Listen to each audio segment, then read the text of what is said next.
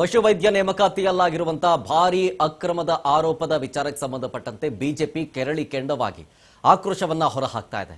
ಇದೇ ಸಂದರ್ಭದಲ್ಲಿ ಕೆಪಿಎಸ್ಸಿ ಕಚೇರಿಗೆ ರಾಜ್ಯ ಬಿಜೆಪಿ ನಾಯಕರ ನಿಯೋಗ ಧಾವಿಸಿದೆ. ಕೆಪಿಎಸ್ಸಿ ಕಚೇರಿಗೆ ರಾಜ್ಯ ಬಿಜೆಪಿ ನಿಯೋಗ ಆಗಮಿಸಿದೆ. ವಿಪಕ್ಷ ನಾಯಕ ಆರ್ ಅಶೋಕ್ ಅವರೊಟ್ಟಿಗೆ ಛಲವಾದಿ ನಾರಾಯಣಸ್ವಾಮಿ ಅವರು ಭೇಟಿ ಕೊಟ್ಟಿದ್ದಾರೆ. ಕೆಪಿಎಸ್ಸಿಯ ಹಂಗಾಮಿ ಅಧ್ಯಕ್ಷ ಡಾಕ್ಟರ್ ಬಿ ಪ್ರಭುದೇವ್ ಅವರೊಂದಿಗೆ ಚರ್ಚೆ ಮಾಡಿದ್ದಾರೆ. ನೇಮಕಾತಿ ಅಕ್ರಮದ ಬಗ್ಗೆ ಅಧ್ಯಕ್ಷರಿಂದ ಮಾಹಿತಿ ಪಡ್ಕೊಂಡಿದ್ದಾರೆ ನಾಯಕರು. ಕೆಪಿಎಸ್ಸಿ ಕಚೇರಿಯಲ್ಲಿ ಬಿಜೆಪಿ ಶಾಸಕ ಎಸ್ ಸುರೇಶ್ ಕುಮಾರ್ ಅವರಿದ್ದಾರೆ. ಪಶು ವೈದ್ಯ ಹುದ್ದೆಗಳ ಭರ್ತಿಯಲ್ಲಿ ಅಕ್ರಮಗಳ ಸರಣಿಯನ್ನ ಬಯಲು ಮಾಡೋದಕ್ಕೆ ಮುಂದಾಗ್ತಾ ಇರೋದು. ಅಭ್ಯರ್ಥಿಗಳಿಗಾಗಿರುವಂತಹ ಅನ್ಯಾಯದ ವಿರುದ್ಧ ವಾಗ್ದಾಳಿ ನಡೆಸಿದ್ದಾರೆ ವಿಪಕ್ಷ ನಾಯಕರು. ನೇಮಕಾತಿ ಪಾರದರ್ಶಕತೆ ಜಪಿಸ್ತಾ ಇದ್ದ ಸರ್ಕಾರಕ್ಕೆ ಕೆಪಿಎಸ್ಸಿ ಅಕ್ರಮದ ಬಿಸಿ ತಡ್ತಾ ಇದೆ. ಈಗ ನೀಟ್ ಅಕ್ರಮದ ವಿಚಾರಕ್ಕೆ ಸಂಬಂಧಪಟ್ಟಂತೆ ಪರೀಕ್ಷೆ ನಡೆಸಕ್ ಬರಲ್ವಾ ಅಂತ ಕೇಳಿದವರು ಈಗ ಕೆಪಿಎಸ್ಸಿಯಲ್ಲಿ ಏನಾಗ್ತಾ ಇದೆ? ಕೆಪಿಎಸ್ಸಿಯಲ್ಲಿ ಆಗ್ತಿರುವ ಬ್ರಹ್ಮಾಂಡ ಭ್ರಷ್ಟಾಚಾರ, ಇದರಿಂದ ವಂಚಿತರಾಗಿರೋರು ಯಾರು? ಅರ್ಹರೆಲ್ಲ ಯಾರು? ಯುವಕರೇ ತಾನೆ. ಯುವಕರಿಗಾಗ್ತಿರೋ ಮೋಸ ಅದು ನೀಟೇ ಆಗಿರಲಿ ಅಥವಾ ಕೆಪಿಎಸ್ಸಿನೇ ಆಗಿರಲಿ, ಎರಡೂ ಒಂದೇ ತಕ್ಕಲಿಲ್ ತೂಗೋದು. ಅದಕ್ಕೆ ತಪ್ಪು ಅಂದಮೇಲೆ ಇದೂ ತಪ್ಪೆ. ಎಲ್ಲವೂ ಬ್ರಹ್ಮಾಂಡ ಭ್ರಷ್ಟಾಚಾರ, ಎಲ್ಲ ದುಡ್ಡುಗಾಗಿ. ಇದಕ್ಕೆ ಮಾತ್ರ ಸೈಲೆಂಟ್ ಆಗಿರೋದು ಯಾಕೆ ಅಂತ ವಿಪಕ್ಷ ನಾಯಕ ಆರ್ ಅಶೋಕ್ ವಾಗ್ದಾಳಿ ನಡೆಸ್ತಾ ಇದ್ದಾರೆ. ನೇಮಕಾತಿ ಪಾರದರ್ಶಕತೆಯ ಬಗ್ಗೆ ಜಪಿಸ್ತಾ ಇತ್ತು ಸರ್ಕಾರ, ಈಗೇನ್ ಮಾಡ್ತು?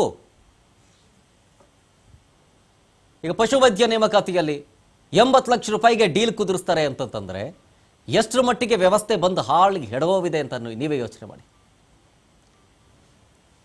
ಡೀಟೇಲ್ಸ್ ಕೊಡ್ತಾರೆ ಇನ್ನಷ್ಟು ನಮ್ಮ ಅಸೋಸಿಯೇಟ್ ಎಡಿಟರ್ ಗೋವಿಂದ್ ಫೋನ್ ಸಂಪರ್ಕದಲ್ಲಿ. ಗೋವಿಂದ್, ಒಂದ್ ಕಡೆ ನೀಟಲ್ಲಿ ಆಗಿರುವಂತಹ ಅಕ್ರಮದ ಬಗ್ಗೆ ಮಾತಾಡ್ತಾರೆ, ಈಗ ಕೆಪಿಎಸ್ಸಿಯಲ್ಲಿ ಆಗ್ತಿರೋ ಅಕ್ರಮ ಅವ್ರಿಗೆ ಕಾಣಿಸ್ತಾ ಇಲ್ವಾ? ಈಗ ಇದ್ರ ಬಗ್ಗೆ ಬಿಜೆಪಿ ಏನ್ ಹೇಳ್ತಾ ಇದೆ, ಕಾಂಗ್ರೆಸ್ ಏನ್ ಸ್ಟ್ಯಾಂಡ್ ತಗೊಳ್ತಾ ಇದೆ? ಶರತ್, ಇದೇ ಒಂದು ಪ್ರಶ್ನೆಯನ್ನ ಇವಾಗ ಬಿಜೆಪಿ ನಾಯಕರು ಆಗ್ತಿರುವಂತದ್ದು.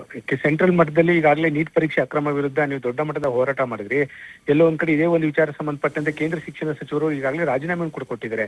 ಆದ್ರೆ ರಾಜ್ಯದ ಮಟ್ಟದಲ್ಲಿ ಈ ರೀತಿ ಕೆಪಿಎಸ್ಸಿ ದೊಡ್ಡ ಮಟ್ಟದ ಹಗರಣ ಆಗಿದ್ರು ಕೂಡ ನೀವ್ ಯಾಕೆ ಮೌನವಾಗಿದ್ದೀರಾ? ಎಲ್ಲೋ ಒಂದ್ ಕಡೆ ಕೆಪಿಎಸ್ಸಿ ಹಗರಣ ಗೊತ್ತಿದ್ರು ಕೂಡ ಎಲ್ಲೋ ಒಂದ್ ಕಡೆ ಮೌನ ಕ್ಷರಣಾಗಿದ್ದೀರಾ? ಯಾಕಂದ್ರೆ ಆಡಿಯೋ ಬಿಡುಗಡೆ ಆಗಿದೆ, ವಿಡಿಯೋ ಬಿಡುಗಡೆ ಆಗಿದೆ. ಸುಮಾರು 80 ಲಕ್ಷ ಏನು ಅಭ್ಯರ್ಥಿಗಳಿಂದ ತೆಗೆದುಕೊಂಡಿದ್ದೀರಾ ಪಶುವೈದ್ಯಕೀಯ ವಿಚಾರ ಸಂಬಂಧಪಟ್ಟಂತೆ. ಇದೆಲ್ಲವೂ ಕೂಡ ಗೊತ್ತಿದ್ರು ಕೂಡ ಯಾಕೆ ನೀವು ಮೌನ ಕ್ಷರಣಾಗಿದ್ದೀರಾ? ಎಲ್ಲೋ ಒಂದ್ ಕಡೆ ರಾಜ್ಯಕ್ಕೊಂದು ಕಾನೂನು, ದೇಶಕ್ಕೊಂದು ಕಾನೂನು ಏನಾದ್ರು ಇದೆಯಾ? ಇದೇ ಸಿಎಂ ಡಿ ಕೆ ಶಿವಕುಮಾರ್ ಹೇಳ್ತಾರೆ ನೀಟ್ ಪರೀಕ್ಷೆ ಅಕ್ರಮದ ವಿರುದ್ಧ ನಾವು ದೊಡ್ಡ ಮಟ್ಟದ ಹೋರಾಟ ಮಾಡ್ತೀವಿ ಅಂತ ಹೇಳ್ತಾರೆ. ಅದೇ ರಾಜ್ಯದಲ್ಲಿ ಈ ರೀತಿ ಕೆಪಿಎಸ್ಸಿಯಲ್ಲಿ ದೊಡ್ಡ ಮಟ್ಟದ ಹಗರಣ ಆಗಿದ್ರು ಕೂಡ ಎಲ್ಲೋ ಒಂದ್ ಕಡೆ ಮೌನಕ್ಕೆ ಶರಣಾಗಿರೋದು ನೋಡಿದ್ರೆ ಎಲ್ಲೋ ಒಂದ್ ಕಡೆ ಕಾಂಗ್ರೆಸ್ ಸರ್ಕಾರವೇ ಇದು ನೇರವಾಗಿ ಭಾಗಿಯಾಗಿದೆಯಾ ಅಂತ ಹೇಳಿ ನೇರವಾದಂತ ಆರೋಪವನ್ನ ಮಾಡ್ತಿರುವಂತದ್ದು. ಇವತ್ತು ವಿಧಾನಸೌಧದಲ್ಲಿ ಪ್ರತಿಪಕ್ಷ ನಾಯಕ ಆರ್ ಅಶೋಕ್ ಕೂಡ ಇದೇ ಒಂದು ವಿಚಾರವನ್ನ ಪ್ರಶ್ನೆ ಮಾಡಿದ್ರು. ನೀಟ್ ಪರೀಕ್ಷೆ ಅಕ್ರಮದ ವಿರುದ್ಧ ನೀವೆಲ್ಲರೂ ಕೂಡ ಹೋರಾಟ ಮಾಡಿದ್ರಿ, ಆದ್ರೆ ಇಲ್ಲಿ ರಾಜ್ಯದಲ್ಲಿ ಕೆಪಿಎಸ್ಸಿ ಹಗರಣ ವಿಚಾರ ಸಂಬಂಧಪಟ್ಟಂತೆ ಕಳೆದ 15 ದಿನದಿಂದ ಚರ್ಚೆ ಆಗ್ತಿದ್ರು ಕೂಡ ಈಗಾಗಲೇ ಈ ಒಂದು ವಿಚಾರ ಸಂಬಂಧಪಟ್ಟ ದೂರು ದಾಖಲಾಗಿದ್ರು ಕೂಡ ನೀವ್ಯಾಕೆ ಮೌನ ಕ್ಷರಣಾಗಿದ್ದೀರಾ? ಈ ಒಂದು ಹಗರಣದಲ್ಲಿ ದೊಡ್ಡ ದೊಡ್ಡ ತಿಮಿಂಗಲರಿದ್ದಾರೆ, ಹಾಗಾಗಿ ನೀವು ಈ ಒಂದು ಪ್ರಕರಣವನ್ನ ಸಿಬಿಐ ತನಿಖೆ ಕೊಡ್ಲೇಬೇಕು ಅಂತೇಳಿ ಆಗ್ರಹವನ್ನ ಮಾಡಿರುವಂತದ್ದು. ಈಗಷ್ಟೇ ಏನು ಪ್ರತಿಪಕ್ಷ ನಾಯಕರಂತ ಆರ್ ಅಶೋಕ್ ಮತ್ತು ಬಿಜೆಪಿಯ ಹಿರಿಯ ಶಾಸಕರಂತ ಸುರೇಶ್ ಕುಮಾರ್ ಕೆಪಿಎಸ್ಸಿಯ ಮುಖ್ಯ ಕಚೇರಿಗೆ ಭೇಟಿ ಕೊಟ್ಟು ಈ ಒಂದು ಪ್ರಕರಣ ತಾರ್ಕಿಕ ಅಂತ್ಯ ಕಾಣಿಸ್ಲೇಬೇಕು ಅಂತೇಳಿ ಒಂದು ಹಠಕ್ಕೆ ಬಿದ್ದಂತೆ ಕಾಣಿಸ್ತದೆ. ಯಾಕಂದ್ರೆ ಮುಂಬರುವ ಏನು ಆಗಸ್ಟ್ 2ನೇ ವಾರದಿಂದ ಅಧಿವೇಶನ ಕೂಡ ಶುರುವಾಗ್ತಿದೆ.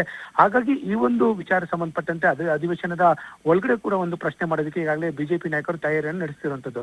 ಅದರ ಭಾಗವಾಗಿ ಈಗ ಕೆಪಿಎಸ್ಸಿಯ ಒಂದು ಮುಖ್ಯ ಕಚೇರಿಗೆ ಭೇಟಿ ನೀಡಿ ಒಂದು ಮನವಿ ಪತ್ರ ಕೂಡ ಕೊಡ್ತಿರುವಂತದ್ದು.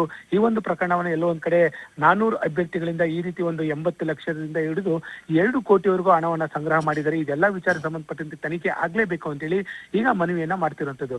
ಹಾಗಾಗಿ ಎಲ್ಲೋ ಒಂದ್ ಕಡೆ ರಾಜ್ಯದಲ್ಲಿ ಕೆಪಿಎಸ್ಸಿಯ ಹಗರಣ ಏನಿದೆ ಇದು ಮತ್ತೆ ದೊಡ್ಡ ಮಟ್ಟದ ಚರ್ಚೆ ಶುರು ಮಾಡಿದೆ.